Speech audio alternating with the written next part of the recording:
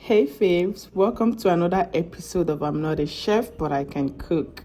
Today I'll be showing you how to prepare jollof porridge. Yes, we have jollof porridge. I know porridge should be porridge, but sometimes just spice things up. So let's start by listing the ingredients. I have my mixed peppers and onions, my Panla fish, my kitchen glory seasoning, my scent leaf, my tomato paste, my palm oil from the store, from everything village markets.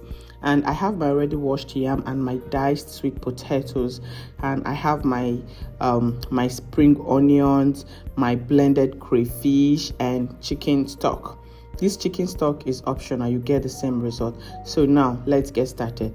Heat up your pot and add the palm oil. Then I'll go in with my chopped onions to infuse the oil with its aroma. Then I'll add my blended crayfish and allow it to settle properly. Next, I'll add the roughly blended pepper mix and fry for about 3 minutes.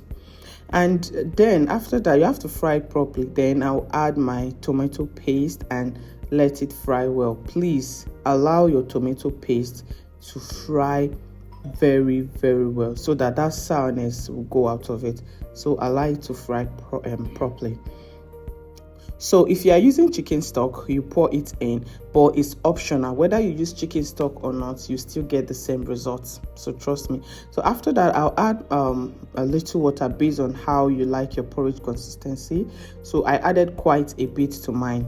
So after that, I'll season with my kitchen glory, my chicken powder, my Maggi cubes, my salt to taste. Then I'll mix everything together. Then I'll add more water as needed. Please, the water part, add water the way you want. This is how I want mine. That's why I added a little bit of more water.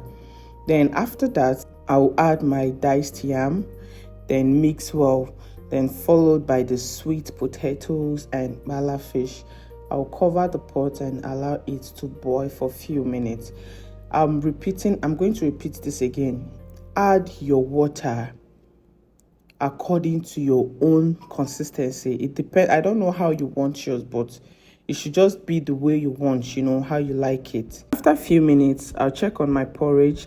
Once it's halfway cooked, I'll add the spring onions and mix properly. I'll cover again and let it cook fully before adding the scent leaf. And voila, your jollof porridge is ready.